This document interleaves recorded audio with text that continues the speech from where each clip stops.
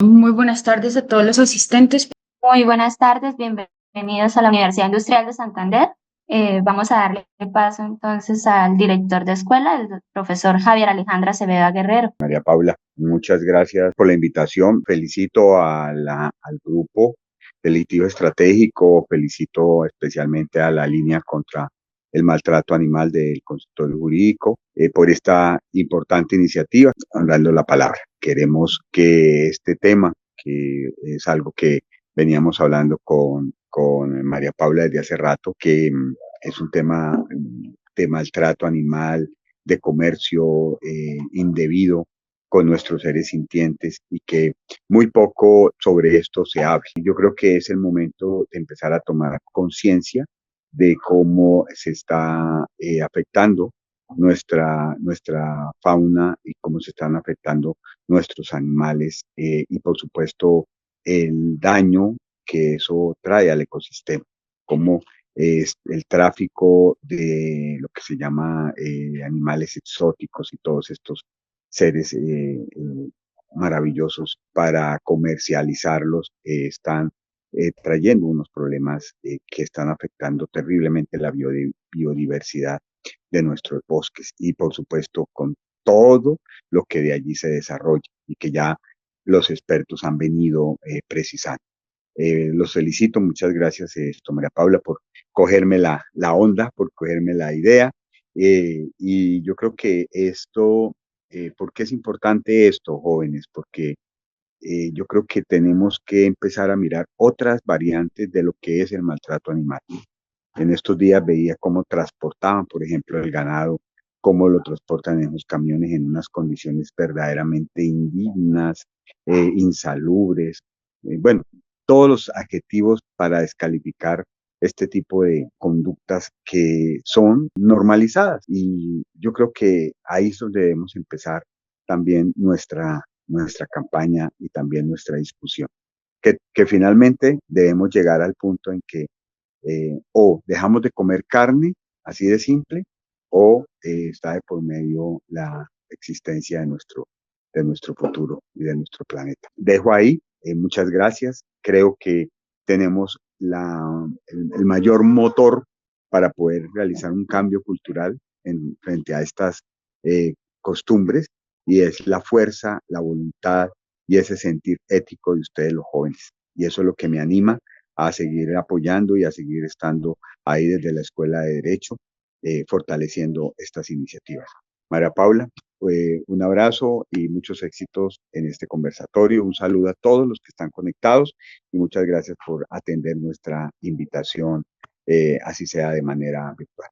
Muchas gracias, profe Javier. Desde la línea también queremos agradecer el apoyo a nosotros, a este proyecto para defender a los animales, los espacios que desde la escuela que usted dirige se han abierto para hablar de estas temáticas que en muchas ocasiones no son tenidas en cuenta, pero que han ganado espacio y cobertura a nivel regional incluso en el departamento gracias a la disposición de la Escuela de Derecho de la Universidad Industrial de Santander, la cual usted dirige, y también a el trabajo que hemos venido desarrollando junto con la profe Carolina Montes desde la línea de bienestar animal y desde la clínica jurídica Carlos Gaviria Díaz y con nuestros estudiantes, que actualmente son 5 y quienes 2 de ellas estarán participando en este conversatorio, a las cuales presentaré a continuación junto con todas las ponentes que nos acompañan. El tema central de este conversatorio es el uso indebido de fauna silvestre en redes sociales y también tocaremos la otra cara de la moneda y es cómo las redes sociales pueden ser útiles para la defensa de los animales actualmente. Por ello, una de nuestras invitadas es una activista que tiene una cuenta desde la cual realiza su activismo animalista. En primer lugar, contamos con la presencia del biólogo Fabián Leonardo Perea Espina. Él es biólogo ornitólogo con experiencia en monitoreos de fauna silvestre y estudios poblacionales. Muchas gracias, Fabián, por aceptar nuestra invitación. Por otro lado, contamos con la presencia de Ana María Beltrán, activista, influenciadora, defensora de animales y fundadora de la Fundación Animalista. También contamos con la presencia de Carla Isabel Maldonado, estudiante de Consultorio Jurídico 4, quien hace parte de la línea de bienestar animal de la Clínica Jurídica Carlos Gaviria Díaz de la Escuela de Derecho de la UIS, y con la estudiante María Camila Fanador, estudiante de Consultorio Jurídico 3, y quien también hace parte de la línea de bienestar animal del consultorio jurídico y de la clínica Carlos Gaviria Díaz. El conversatorio se realizará con la metodología de preguntas y respuestas, para los cuales en conjunto hemos desarrollado diversas preguntas para cada uno de los invitados, a quienes les solicitamos amablemente nos las respondan en un tiempo determinado de 5 minutos, ya que son varias. La idea es abordar diferentes temáticas y desde diferentes puntos de vista, y por ello realizaremos una delimitación del tiempo, ¿vale? La idea para quienes son, digamos, quienes se conectan por primera vez o tienen un primer acercamiento, es que realicemos el abordaje del tema desde el punto de vista de la biología o desde la biología, por medio de Fabián, desde lo jurídico por medio de nuestras estudiantes Carla y María Camila, quienes se han preparado y han investigado cuáles son los mecanismos por medio de los cuales, los mecanismos legales, podemos defender la fauna silvestre que es víctima de estas extracciones indebidas de su hábitat. Y por otro lado, desde la experiencia, pero una experiencia positiva, Ana María nos contará cómo ha utilizado las redes sociales en beneficio de los animales, y aquellos casos en los cuales ha usado las redes sociales y han sido una gran herramienta para defender a animales. Así que bueno, en primera medida le preguntaremos o abordaremos desde el punto de vista de la biología, por ello iniciaremos haciendo las preguntas al biólogo Fabián. Bueno, primero, muchas gracias por tu asistencia, Fabián. Buenas tardes. Muchas gracias por la invitación. Gracias a ti por asistir. Esperemos sea un espacio agradable en el cual podamos aprender mucho, aquellas cosas que no sabemos desde lo jurídico, pero que nos complementan para el abordaje de este tipo de casos que son muchas veces transversales, ¿vale? No sé si quisieras hacer una breve introducción de tu hoja de vida y demás, o quisieras iniciar con las preguntas. Bueno, pues yo soy biólogo graduado de la Universidad Industrial de Santander. Me especializo en ornitología, es decir, el estudio de las aves. He hecho trabajos poblacionales, es decir, abarcando una especie en específico y su interacción con el ecosistema. Y pues desconocía esta temática hasta que la profe Carolina me invitó a venir y pues me instruí. La verdad me parece algo muy preocupante. Me parece muy positivo que se den estos espacios para abordar el tema. Vale, excelente. Bueno, la primera pregunta es, desde la biología, ¿cómo se determinan cuáles animales son considerados fauna silvestre y cuáles no? Es decir, ¿qué es fauna silvestre? Bueno, pues el concepto típico es un animal que se encuentra en su hábitat natural y que su carga genética hace parte del pool genético de la población, es decir, que las características que presenta él como individuo pueden diseminarse en las próximas generaciones, es decir, aporta adaptaciones para que la especie continúe existiendo en su hábitat. Y en contraparte, un animal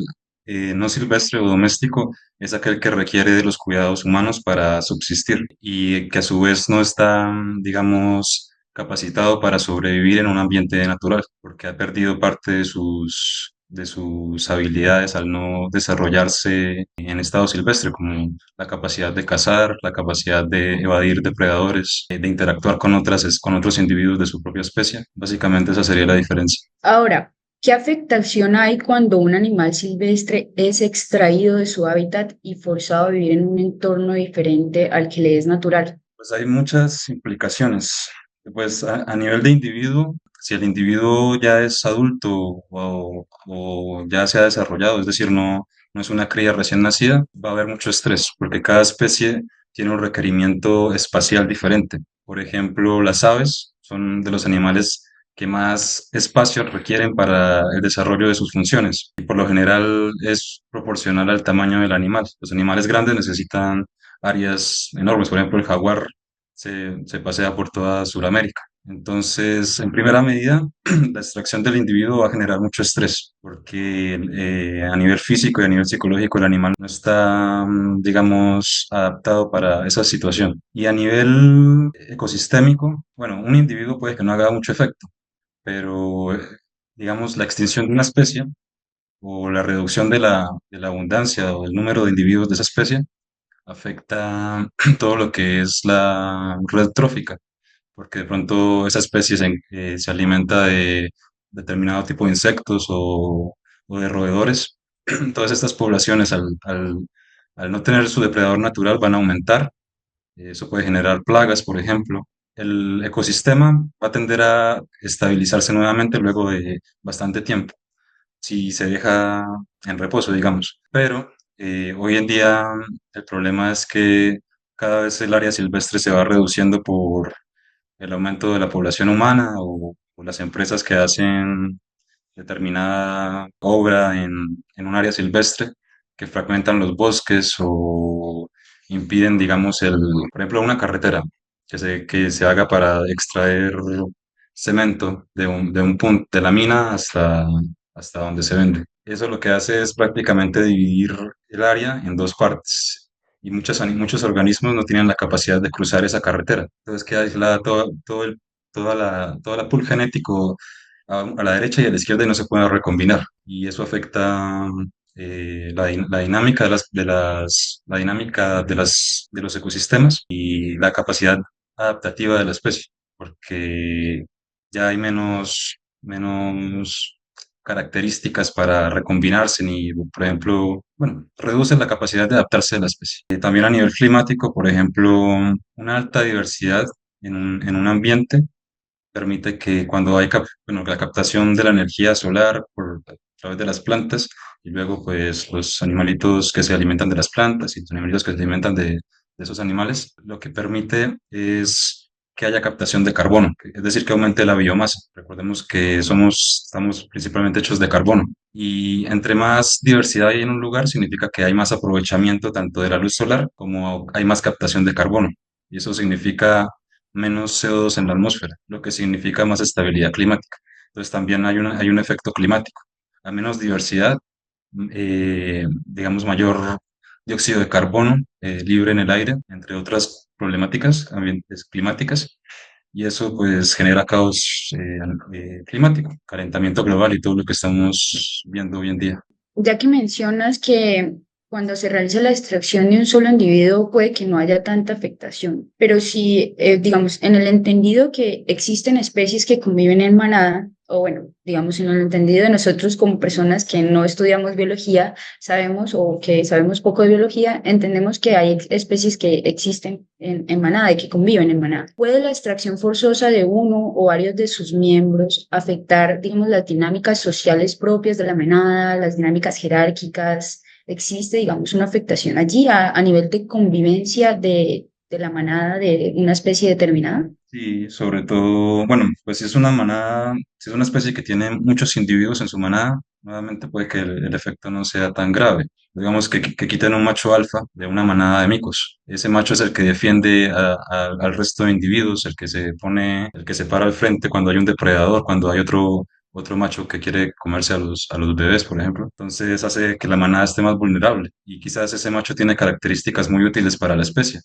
Quizás tiene buenos genes y sus hijos llevan esa carga genética, pero al dejarlos desprovistos de este cuidado parental, pues probablemente las crías no van a sobrevivir. Por ejemplo, también en aves, que yo trabajo con aves de cría cooperativa, los padres les enseñan a los hijos a cantar, digamos, y esos cantos también son una característica que favorece al individuo, porque lo hace más atractivo frente a las hembras. Entonces sí, se pierde mucho cuando se extrae a un individuo de una manada, se pierde la capacidad de los otros individuos de sobrevivir, se reduce la probabilidad de supervivencia de los demás individuos. Vale, o sea, como en palabras castizas, se pierde como esas tradiciones propias de la especie, esas Sí, enseñanzas que vienen desde padres a hijos. sí, hay una especie de cultura en muchos Ah, animales, ok. sobre todo pues en Ajá. aves, en mamíferos, hay unas enseñanzas. Por ejemplo, los cachorritos de león aprenden a cazar en parte jugando, ¿no? Jugando con sus hermanitos y o sea, hay muchos comportamientos que son aprendidos, que no son solo instinto. Por eso es que un animal que está en cautiverio no desarrolla muchos comportamientos que son necesarios para sobrevivir, que no es solamente su genética, sino que también necesitan desarrollarse a nivel social con otros individuos para desarrollar ciertas habilidades. Bueno, ya que traes a colación el cautiverio, ¿puede un animal silvestre que es extraído forzosamente de su hábitat natural retornar a él? O sea, después de estar determinado tiempo en cautiverio, digamos que como hubo algún humano que se compadeció del caso y se logró por medio de alguna autoridad recuperar el animal, llevarlo a una entidad competente que hace su proceso. ¿En todos los casos puede retornar o existen variantes que podrían no permitirlo? Pues depende de la edad o sea, si estuvo libre en estado silvestre bastante tiempo como para desarrollar sus habilidades y el cautiverio no es demasiado prolongado, sí se podría regresar a su hábitat natural. Pues si el cautiverio es demasiado largo o si se extrajo del hábitat a muy temprana edad, ya el animalito no va a ser capaz de sobrevivir por sus propios medios. Depende principalmente de del tiempo. Y pues también existen lugares donde se intenta desarrollar las capacidades necesarias para sobrevivir de determinadas especies. Sí, que se les enseña pues a volar, a buscar presas, a cazar. Pero entonces es ya una tarea muy específica y muy ardua, pues se requiere bastante estudio y bastante esfuerzo. Ahora, respecto de la convivencia que empieza a tener el animal cuando es extraído y es puesto en un escenario pues, en el cual debe convivir con los humanos, existe la posibilidad de que el individuo de fauna silvestre extraído de la fauna, o bueno, que hace parte de fauna silvestre, transmita enfermedades a esos humanos con los que convive y qué tipo de enfermedades zoonóticas puede llegar a transmitir. Sí, claro. Casi todos los animales son posibles vectores de enfermedades y tipos de enfermedades, pues desde bacterianas, bacterianas virales como la rabia, el ébola y principalmente parásitos y exoparásitos, porque todos los animales silvestres tienen parásitos. Somos nosotros los que tenemos purgas para mitigar eso, pero todos los animales silvestres van a tener garrapatas y parásitos internos. Entonces, son vectores muy posibles, son vectores de enfermedades. Sí.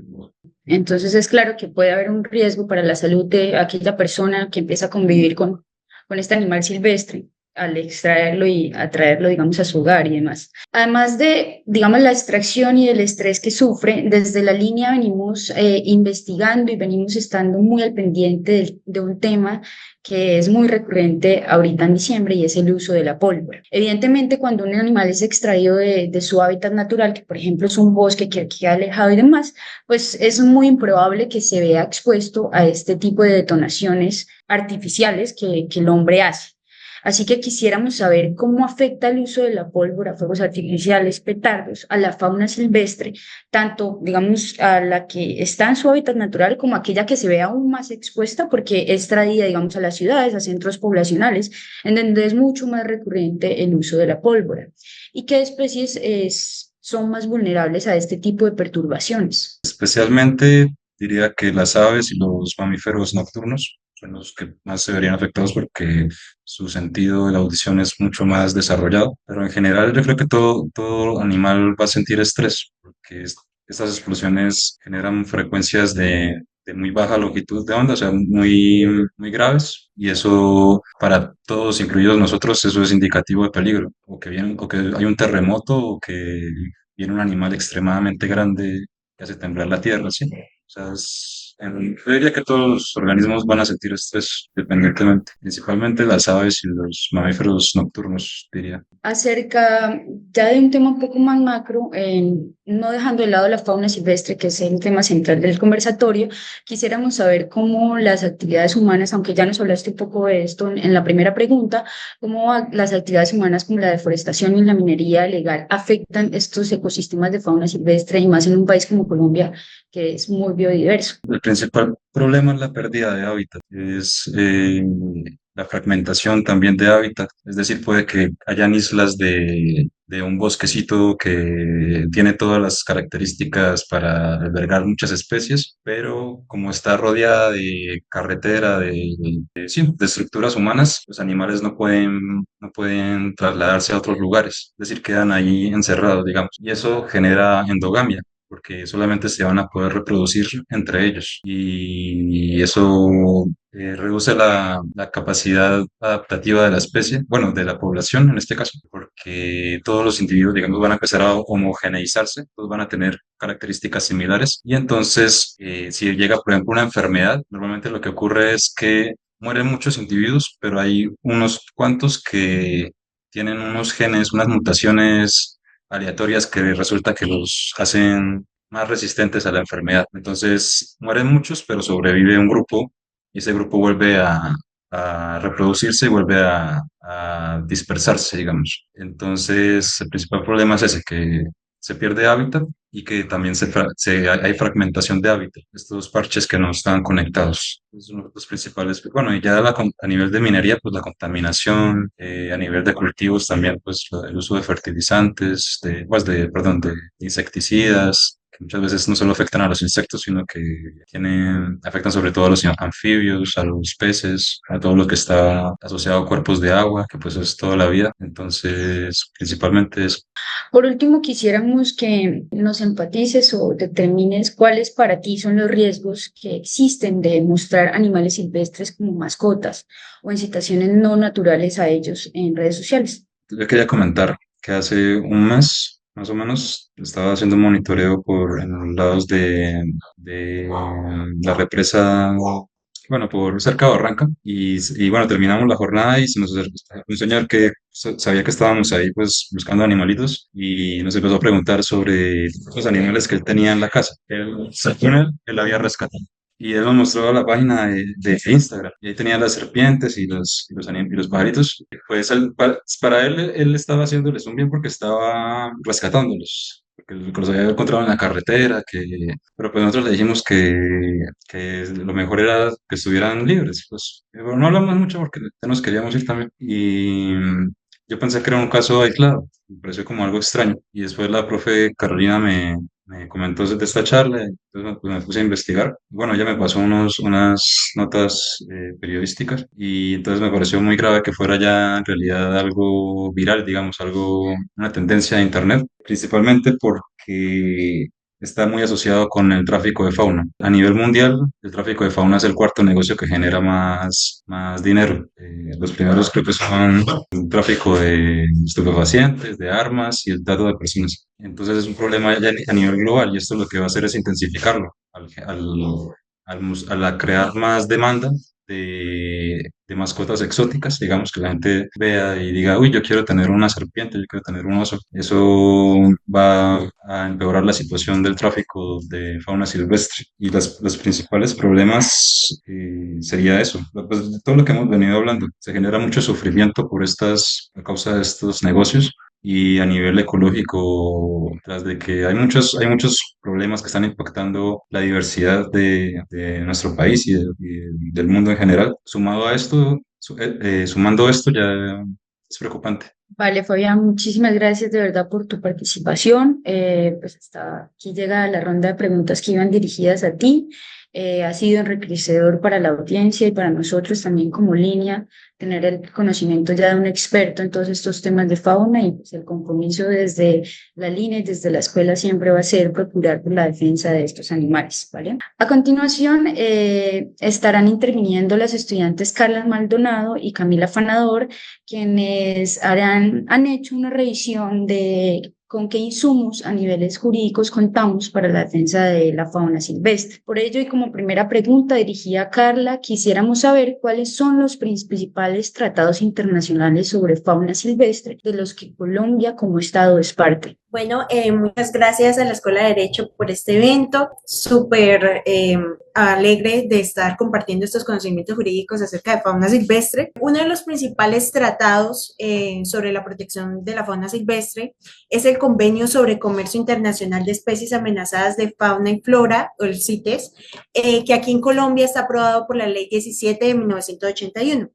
Este convenio tiene como objetivo regular el comercio internacional de especies de fauna y flora para su conservación y su uso sostenible. Como que establece dentro de sus apéndices ciertos requisitos para regular el comercio dependiendo del grado de amenaza que enfrenta cada especie. Digamos, para las especies que están amenazadas de peligro de extinción, solo se permite el comercio en casos excepcionales, digamos, para fines científicos. Vale, Carla, muchas gracias. Ahora, Camila, ¿cuáles son las principales leyes que regulan lo concerniente a fauna silvestre en Colombia? Y bueno, primero que todo, buenas tardes al auditorio y principalmente las leyes que regulan, digamos, lo concerniente a fauna silvestre aquí en Colombia son, vamos a empezar por la más antigua, por así decirlo, que es la ley 99 del 93, porque básicamente es la que establece o define la estructura de las autoridades ambientales como el Ministerio de Ambiente y Desarrollo Sostenible y las corporaciones autónomas regionales.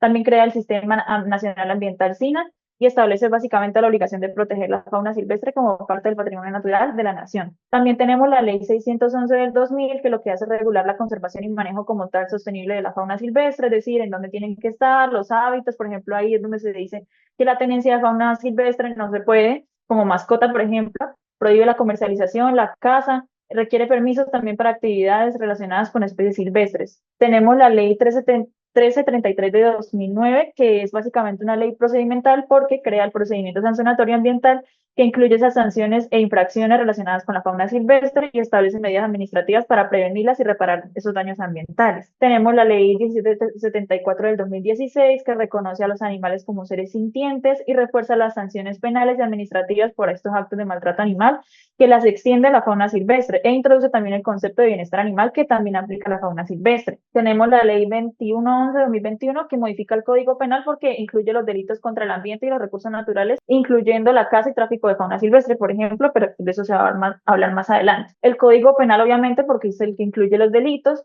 El Código Nacional de Policía y Convivencia Ciudadana, que es la ley 1801 de 2016, que a pesar de que no está como enteramente enfocada al bienestar animal y a los delitos, pues al medio ambiente, pues sí tiene un apartado muy importante porque básicamente el código lo que hace es hablar sobre la protección de la fauna, las sanciones por tráfico y la tenencia y otros aspectos, la preservación de los hábitats naturales, tiene unas multas por maltrato animal y también establece aspectos como la educación y prevención frente a estos temas. Y ya, eso sería como tal, a grandes rasgos, la legislación colombiana respecto a la fauna silvestre. Vale, muchas gracias a las dos por esta introducción legislativa, digamos, hacia con qué herramientas jurídicas contamos.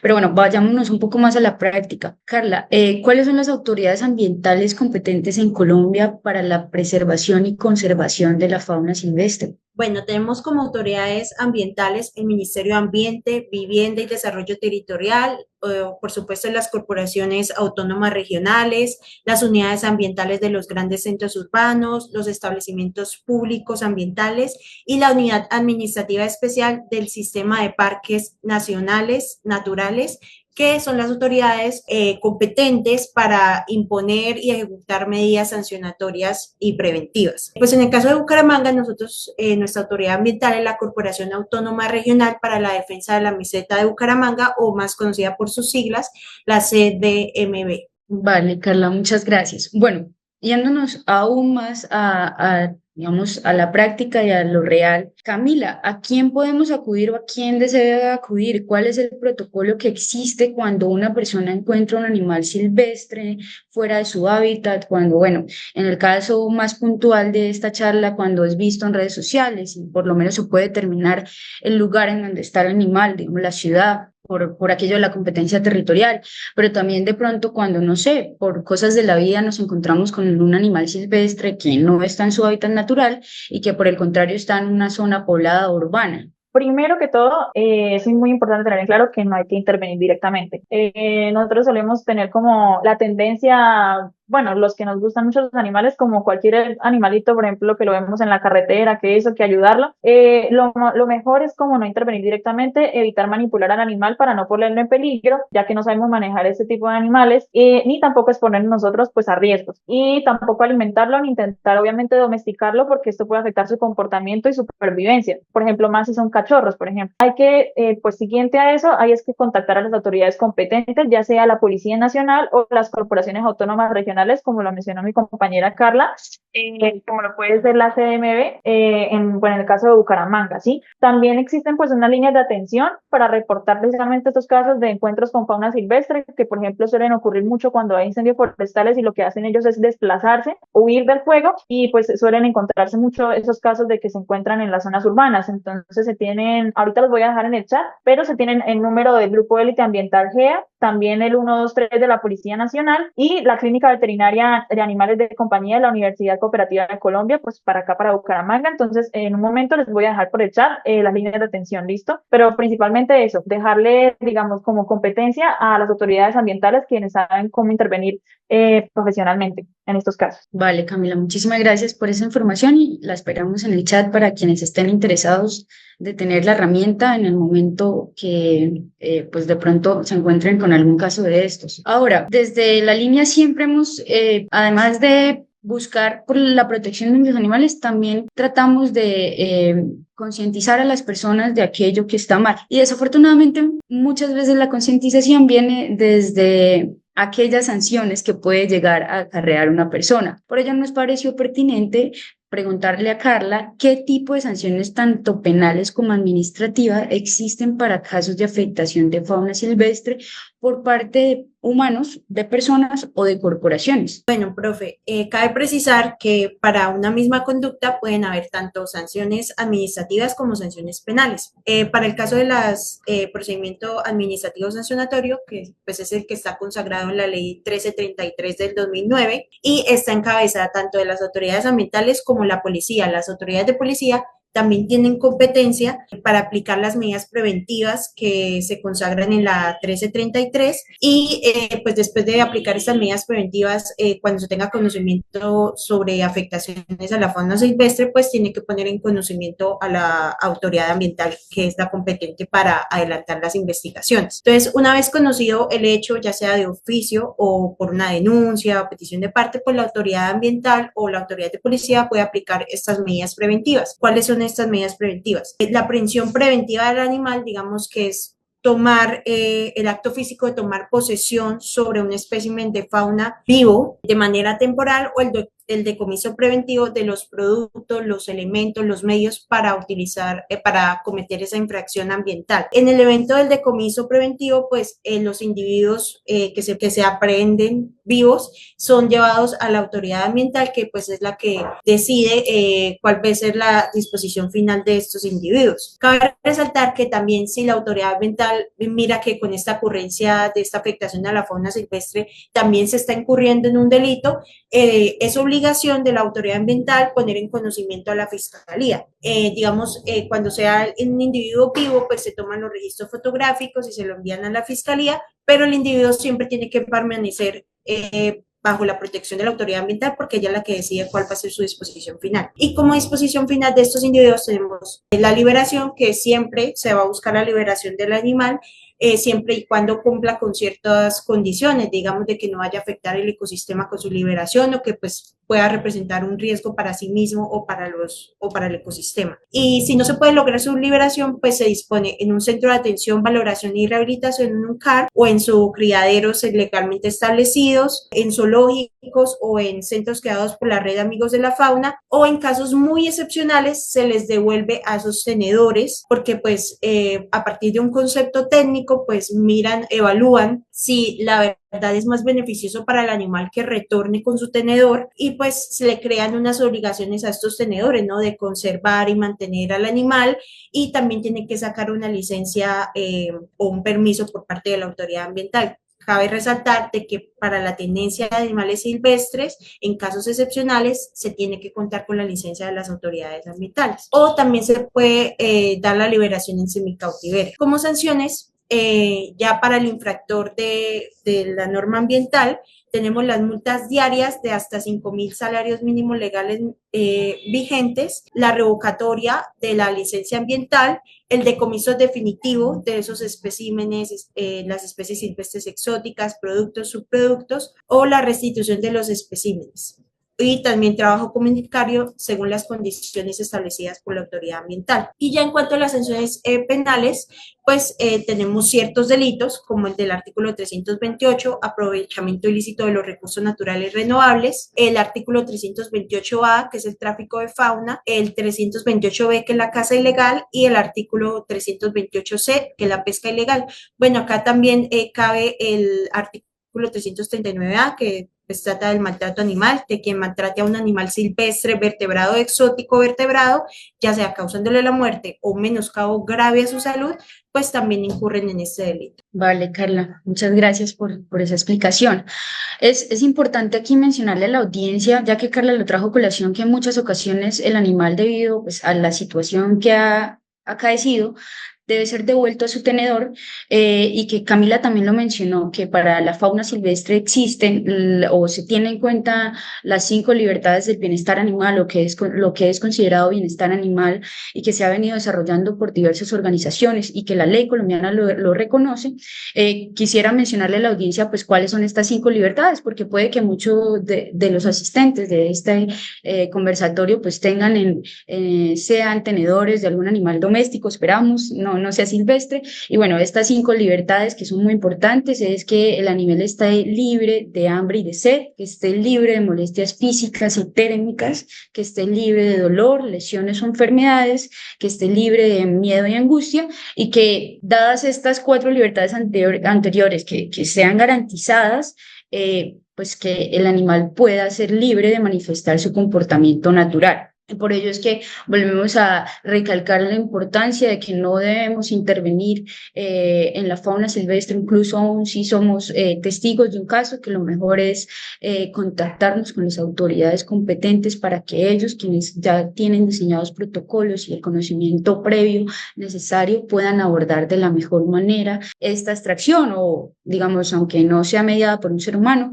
sino que este animal no esté en su hábitat y pueda retornar lo más rápido y lo mejor, digamos, en un proceso lo mejor posible, nuevamente a su hábitat. Ahora y por último, para Camila, quisiéramos saber qué prácticas sobre fauna silvestre están prohibidas en Colombia. Ya mi compañera Carla anteriormente mencionó algunas, básicamente son las contempladas en el título 11º del Código Penal sobre los delitos contra los recursos naturales y el medio ambiente, el capítulo 1, y básicamente pues son los que ya mencionó, que la caza ilegal, el tráfico de fauna, la pesca ilegal, el maltrato animal, que también va enfocado o incluye a la fauna silvestre, pero me gustaría hacer algunas precisiones sobre algunos de ellos. Por ejemplo, de la caza ilegal está prohibida.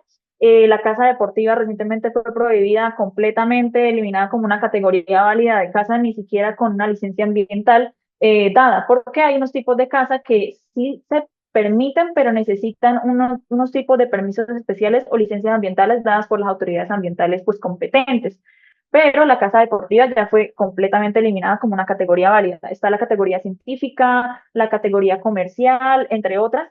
Pero para ello se requiere un permiso y además de ello se requiere pagar una tasa compensatoria por la caza de fauna silvestre. Sí, ¿qué es esa tasa compensatoria? Básicamente es lo que se cobra a los usuarios que realizan la caza, que ejercen la caza de la fauna silvestre. Ahora bien, hay un tipo de caza que se puede ejercer o como realizar, que es la caza por subsistencia, pero ojo, hay que tener cuidado. Esa es, digamos, no exige una licencia ambiental. Es la única que excepcionalmente no exige una licencia ambiental, pero no es como que, por ejemplo, por subsistencia yo voy a cazar un cóndor, por ejemplo. No, eso no. Se tiene que ver concretamente, pues, las condiciones, ¿no? En las que se ejerce esta práctica, por así decirlo. También tenemos la introducción de especies invasoras o exóticas, como lo mencionaba, por ejemplo, nuestro invitado acá, panelista biólogo, que mencionaba que pues era complejo introducir especies a un ambiente pues que no es como su hábitat natural, ¿no? Entonces esto es otra práctica que no está permitida y está regulada por el decreto 1076 de 2015, que realmente prohíbe la introducción de especies que puedan alterar los ecosistemas naturales o desplazar especies nativas. Se establece como tal de ese decreto en el artículo, bueno, es un artículo grande, pero el artículo 22232, que es básicamente habla sobre la competencia de la Autoridad Nacional de Licencias Ambientales, el ANLA. Y dentro de esas competencias, pues ellos tienen como competencia lo que les mencionaba antes, brindar como esas licencias para saber qué especies sí pueden entrar, digamos, al país, al territorio nacional. y que no se puede, por ejemplo, en su parágrafo cuarto dice, no se podrá autorizar la introducción al país de parentales de especies, subespecies, razas o variedades foráneas que hayan sido declaradas como invasoras o potencialmente invasoras por el Ministerio de Ambiente y Desarrollo Sostenible con el soporte técnico y científico de los institutos de investigación científica. También tenemos como prácticas no permitidas, bueno, ya lo que mencionó mi compañera, la tenencia de fauna silvestre no está permitida, tiene que tener permisos especiales, la alteración de hábitats de fauna silvestre tampoco está permitida, actividades como la tala, la quema, la urbanización, que pues realmente empresas multinacionales llegan a hacer, pero realmente eso no está permitido en nuestro territorio nacional, están prohibidas por la ley 99 del 93 y el decreto 2811 de 1974. Y tenemos también prohibida la exportación e importación ilegal de especies silvestres, reguladas por los acuerdos internacionales como la Convención CITES, que Colombia ratificó mediante la ley 17 del 1981, y prohíbe pues el comercio de especies amenazadas sin permisos específicos.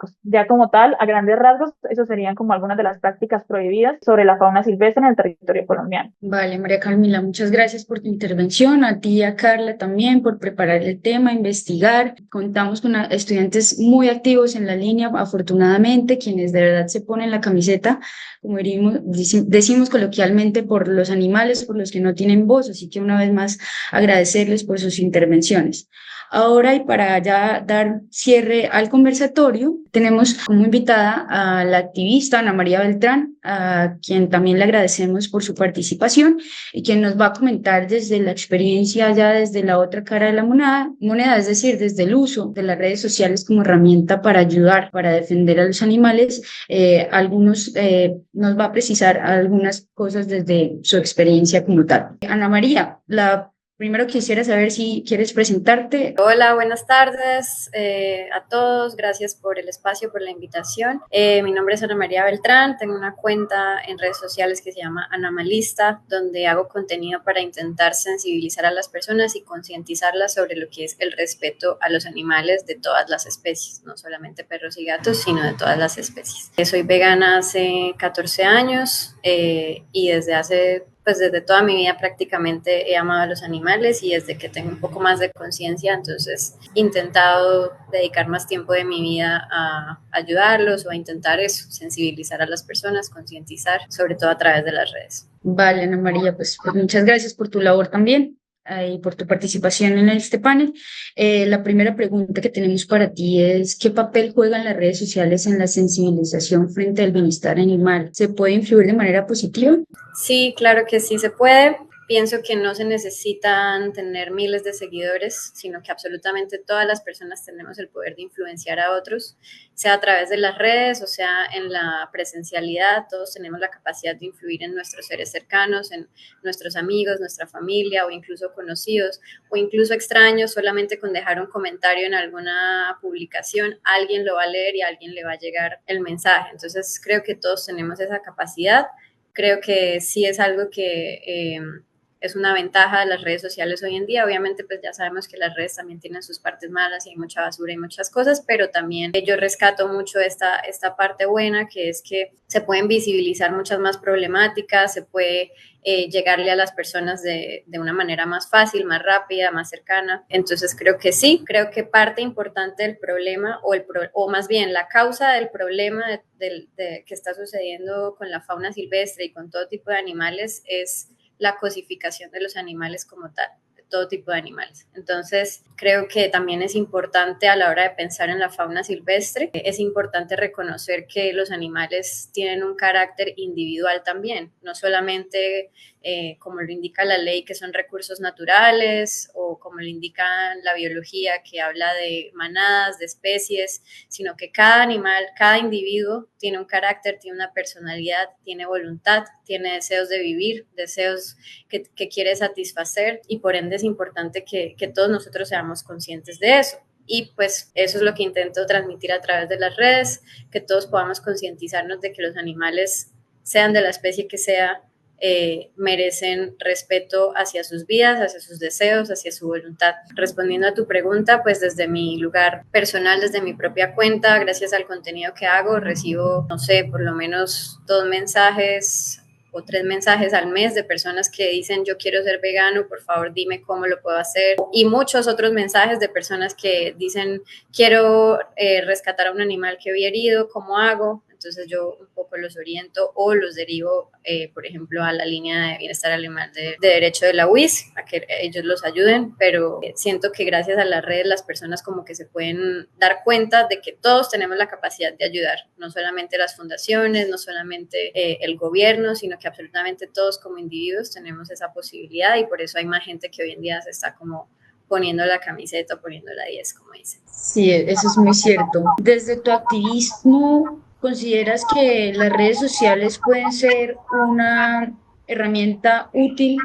Bueno, creo que ya nos has respondido un poco esta pregunta, pero digamos, de manera concreta, ¿crees que temas como denuncias, adopciones, donaciones para gastos médicos, creación de redes de trabajos para la causa, sensibilización, movilización de la sociedad, todo ello es posible? ¿Lo consideras posible?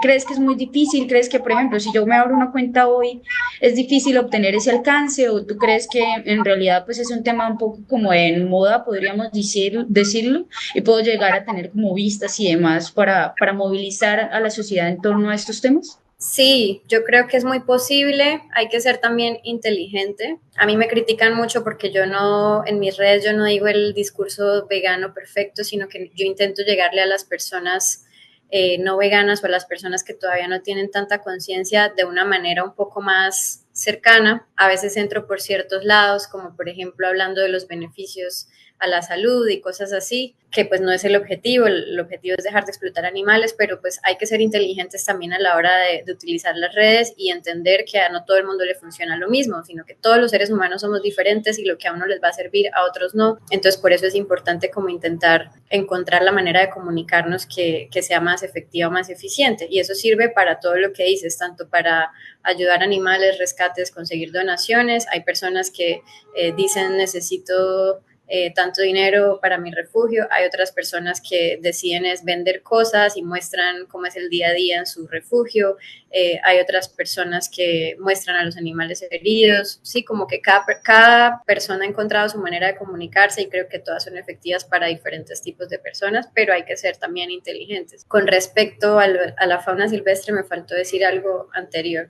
Y es que tú dijiste algo muy, muy importante, y es que muchas veces la concientización se logra a través de las sanciones, y yo creo que las sanciones no son únicamente a nivel legal, sino también a nivel social. Cuando un artista sale con un abrigo de piel y viene la gente y lo boicotea en comentarios, lo cancelan, esa persona ya no vuelve a salir con abrigos de piel. Nuestra sociedad funciona así, funciona a través de la aprobación de las demás personas, y como dije al principio, creo que todos como individuos tenemos capacidad de influenciar en los demás. Entonces, una persona que vaya de viaje a Tailandia y se tome fotos encima de un elefante, yo espero que las personas que vean esa foto y sean conscientes de lo mal que está eso, le comenten, y que generemos que a las personas les dé vergüenza explotar animales y les dé vergüenza participar de eso, en lugar de que lo presuman. Entonces creo que ahí es donde viene la labor de todos nosotros, tengamos seguidores o no tengamos seguidores, de usar las redes también para ayudar a cambiar esa normalización de la explotación animal. No está bien explotar animales, no está bien usarlos como medios de transporte o como entretenimiento o de ninguna forma, y nosotros tenemos la capacidad o de aplaudir y decir, ay, qué lindo el elefante, ¿dónde es? Yo quiero, y hacer que eso influya en otras personas y otras personas también vayan, o de decir, esto está muy mal, tal vez no sabías, pero los elefantes deberían estar libres, ellos también tienen voluntad, tienen deseos de estar libres y deberíamos respetarlos. Entonces creo que esas sanciones también vienen a nivel social, colectivo. Pues realmente tienes mucha razón, y siento que por eso era muy importante traer en esta charla pues alguien que viva la experiencia de las redes sociales, porque pues, son cosas que de pronto nosotros no podemos llegar a ver porque no estamos inmersos en ese mundo. Y pues sí, tienes toda la razón, la sanción social actualmente también es muy efectiva, igual que la presión social respecto de la actuación de entes administrativos o entes del Estado también ha surtido efectos últimamente para el abordaje de diversos casos que se nos presentan. Creo que ya también respondiste un poco a esta pregunta, pero igual te lo voy a hacer puntualmente, y es cómo pueden las redes sociales contribuir a reducir el tráfico ilegal de fauna silvestre.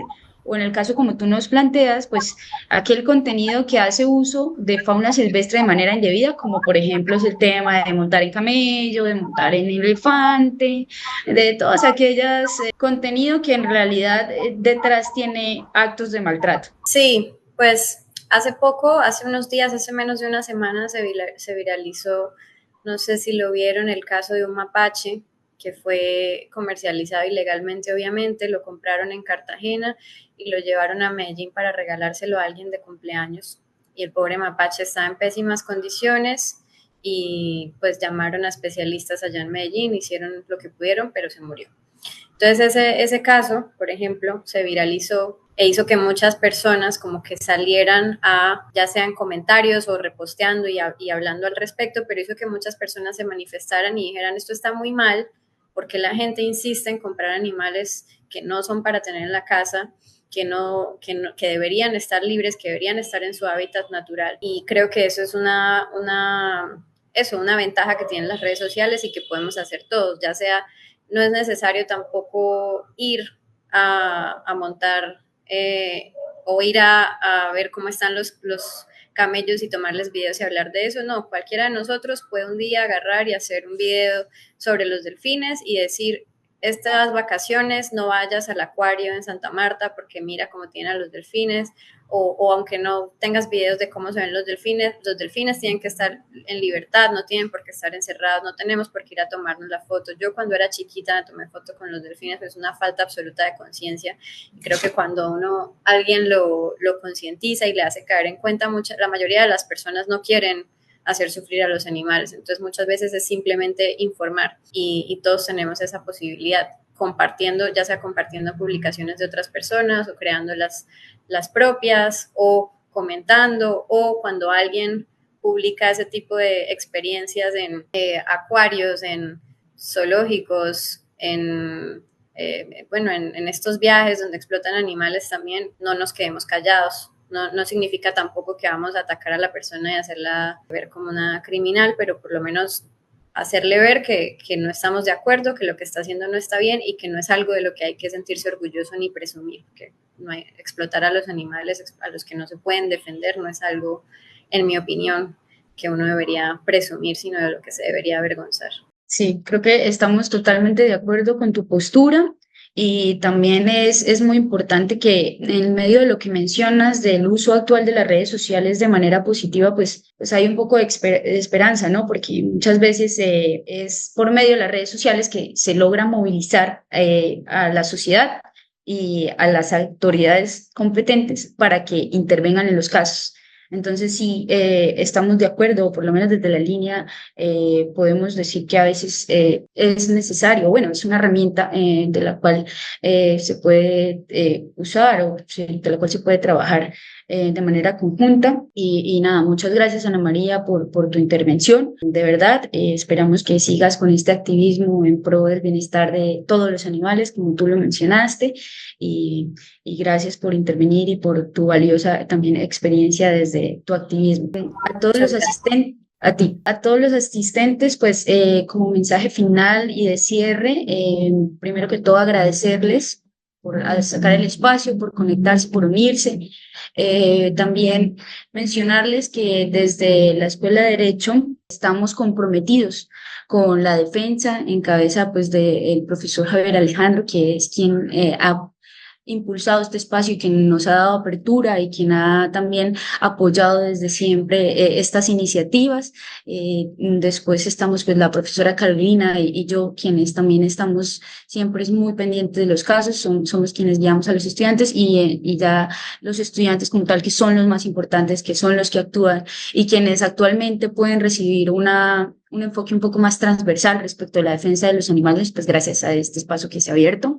Tenemos un canal para recepcionar denuncias. Queremos también comentarles que todas las denuncias que llegan a nuestros canales se radican de manera anónima para que no tengan, digamos, de pronto la preocupación de que puedan haber retaliaciones por denunciar un caso de bienestar, de maltrato animal. Así que nosotros desde el consultorio ponemos el funcionamiento del mismo en pro de la defensa de los animales y de manera anónima reportamos estos casos a las autoridades competentes, y que ese canal principalmente es nuestro correo electrónico de la escuela, que está delimitado para la línea, que es escder.ocma, esder.ogma@wis.edu.co. Ese correo lo pueden encontrar en el chat para quienes estén interesados en tomarlo, por si de pronto en algún momento se encuentran con algún caso. Esperamos aquí pues, que no sean muchos, pero en el eventual momento en el que necesiten de un asesoramiento jurídico para poder defender algún animal, estamos totalmente abiertos para poder realizar esa defensa, principalmente en el departamento de Santander, debido pues a la territorialidad y a que la universidad pues tiene acogida es en el departamento de Santander. Así que pues una vez más reiterar el agradecimiento por la asistencia, esperamos que haya sido de agrado para los asistentes el conversatorio, y los esperamos en una próxima oportunidad, que esperamos en el próximo semestre sea más reiterativo este tipo de charlas, así que convocados ya a las próximas charlas que tendremos de diferentes temas, y espero que tengan muy buena noche, y una vez más agradecimiento por parte de la línea y a la escuela por el espacio.